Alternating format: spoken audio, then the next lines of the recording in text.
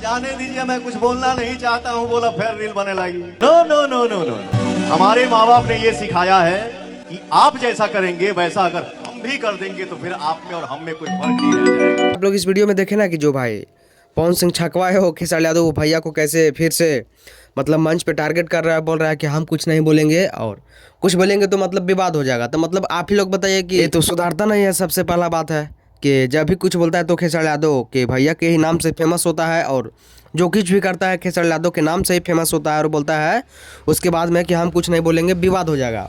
तो मैं पवन सिंह को कह देना चाहता हूँ कि सबसे पहले विवाद तो तू ही करता है खेसारी यादव भैया के नाम लेकर के। और मैं एक बात और बोल देना चाहता हूँ कि तुम पवन सिंह खेसारी यादव का नाम नहीं लोगे तो तुम्हारा कोई शो भी नहीं देखेगा। ये मैं लिख करके दे रहा हूँ, क्योंकि तुम जहाँ जाते हो वहाँ खेसारी यादव के बारे में ये वो दिस है डैट है बोलते रहते हो और फिर बाद में बोलते हो कि हम कुछ बोलेंगे तो विवाद हो जाएगा। आप ही लोग बताओ भाई कि जब विवाद हो जाएगा तो क्यों खेसारी यादव भैया के बारे में बात करते हैं और क्यों बोलते हैं कि हम कुछ बोलेंगे तो विवाद हो जाएगा, मतलब उसका नाम ही क्यों लेते हैं?